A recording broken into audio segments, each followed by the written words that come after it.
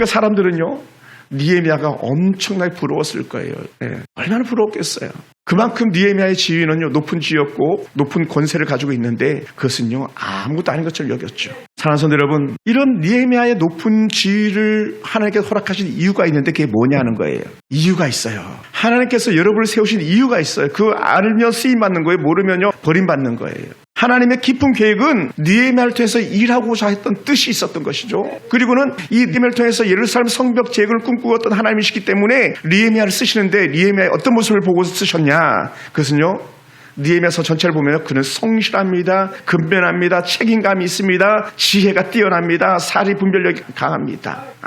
그러니까 이런 모습을 하나님께서 느헤미야를 통해서 보시고 그를 예배해서 쓰시는 거예요. 그래서 느헤미야는요, 그냥 출세한 게 아니에요. 그는 충분히 지도자로서 갖출 만한 덕목을 다 갖춘 사람인 거예요. 할렐루야. 그러므로 저는요, 제가 때론 부족할 때 내가 부족한 사람이야 라고 이렇게 여기기도 해요. 느헤미야는 그런 사람이 아니었죠. 여러분, 관직이 높아질수록요, 일이 많아질수록요, 얼마나 힘이 든지 모릅니다. 책임이 크면 클수록요, 뭐 하고요? 지위가 높다는 거예요. 할 일이 많다는 거예요. 느헤미야가 바로 그런 사람이거든요. 그래서 느헤미야는요, 왕이 자신만 쳐다보고 있는 듯 하니까 잠시도 왕궁을 비울 수 없고 왕의 곁을 떠날 수 없는 사람이에요. 그러니까 왕 곁에 찰금을치 붙어 있어야 될 사람, 술 맡은 관원장 이 느헤미야인데 그는 엉뚱한 생각을 하는 거죠. 사랑하는 성도 여러분, 느헤미야가요, 한눈을 파는 순간에 왕의 생명이 날아간다 그랬어요. 왕의 생명만 날아가는 것이 아니라 나라도 망할 수 있어요. 그만큼 중요한 지위를 갖고 있는 거예요. 그러니까 어떻게 느헤미야 같은 사람은요, 딴 생각해서는 안 되는 사람이죠. 우리가 겉으로 보기에는.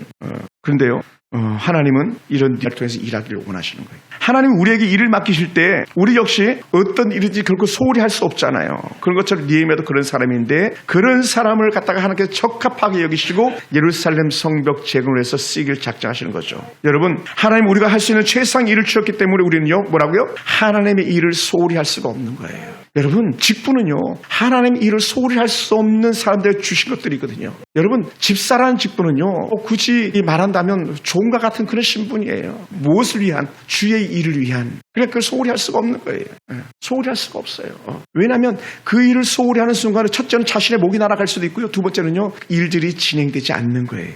사랑하는 성도 여러분, 예루살렘 성이 불탄 소식을 듣고 금식하면서 울며 하나님 앞에 기도했던 느헤미야라 그랬습니다. 예루살렘 성이 무너지고 잡초가 무성한 곳이 됐다고 하는 소리를 듣습니다. 인적이 드문 그런 도시가 돼버리고 말았어요. 그리고는요, 그것만입니까? 우리 일제강점기를 지난 분들은 아마 아실 거예요. 그렇게 남아있는 예루살렘에 몇 안 되는 사람들이 그 점령군들에서 아주 능욕을 당한다, 멸시를 당하고 있다는 거예요. 아주 수치스러운, 여러분, 능욕이 뭐냐면요, 나에라 이런 사람들에게 정말 수치와 조롱거리로 사람들을 갖다가 말하는 거예요. 수치, 조롱거리. 우리 뭐 일본 영화 봐서 알잖아요. 수치스럽습니까? 여러분, 빚쟁이에게 조롱당해 봤습니까? 빚쟁이에게. 저는 어려서 우리 부모님이 빚을 져가지고 빚쟁이에게 조롱당하는 거 봤어요. 오죽했으면 애써 담요를 가져갔겠어요. 그렇게 겁나게 힘들게 산 전기밥솥을 가져가 버리고 말더라고요. 그게 조롱이죠. 수치죠. 능욕이죠. 아이들이 보는 데서 부모들이 멸시당하는 거예요. 그러니 이 소식을 들은 느헤미야는요, 가슴을 치는 거. 왜? 예루살렘의 성도들은, 다르지 말라면 예루살렘 백성들은 다 자기 형제 자매들이기 때문에 그런 거예요. 여러분, 성은요 어땠습니까? 전쟁이 얼마나 비참했었는지 갖다 보여주는데 성벽은 다 허물어져 버리고 말았다 그러고 성은 허물어지고 성문은 불타버리고 말았다는 거예요. 제일 먼저 하는 거잖아요. 성 헐어버리는 거잖아요. 성문 불질러버리는 거잖아요. 그러니 이 얘기는 다른 말로 하면 뭐냐면 더 이상 예루살렘은 희망이 없다는 거예요. 예루살렘은 희망이 없다. 그럼 어떻게 돼요? 예루살렘을 떠나야죠. 예루살렘 떠날 수밖에 없잖아요. 그런데 예루살렘은 떠날 수 있는 도시가 아니잖아요. 왜요? 왜 예루살렘을 떠날 수가 없습니까? 예루살렘은 신의 도성, 하나님의 성이기 때문에 그래요. 여호와의 성전이 머물렀던 곳, 여호와 약속의 임재가 그곳에 있었기 때문에 예루살렘을 떠날 수가 없는 거예요. 지금도 마찬가지입니다. 그러니 다시 탄식하면서 우는 거예요. 어찌하시겠습니까? 사람들의 수치를 당하고 무너진 성, 불타버린 성, 불타버린 가슴들을 어찌하겠습니까? 하면서 슬픔이 가슴을 짓누르는 거죠. 그러다 보니까 어떻게 돼요? 입맛이 떨어지는 거예요. 여러분 생각해보세요. 막 나는 아파 죽겠는데 옆에서 밥 맛있다고 그냥 착착 먹고 막 교촌치킨 시켜 먹고 비비큐 시켜 먹고 막 그래보세요. 열받잖아요. 그런 거거든, 쉽게 얘기하면.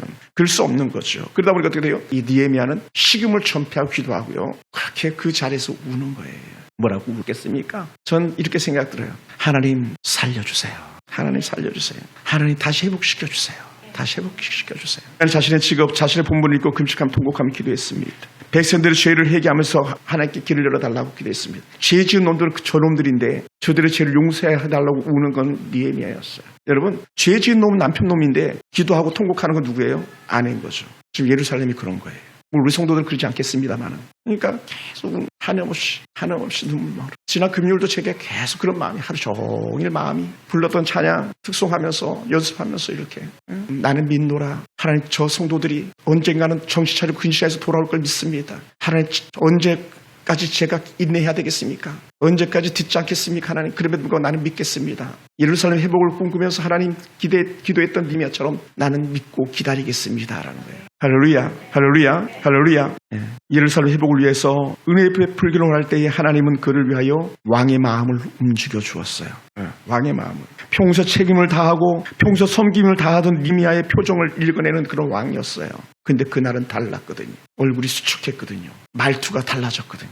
왕의 마음을 움직이셨어요. 하나님은. 그런 느헤미야를 알아보게 하셨어요. 사랑하는 성도 여러분, 하나님은 어떤 사람입니까? 하나님은요, 하나님의 사람은 하나님의 일을 생각하고 울 수 있는 사람을 하나님의 사람이라고 말하는 거예요. 하나님의 사람은요, 성전에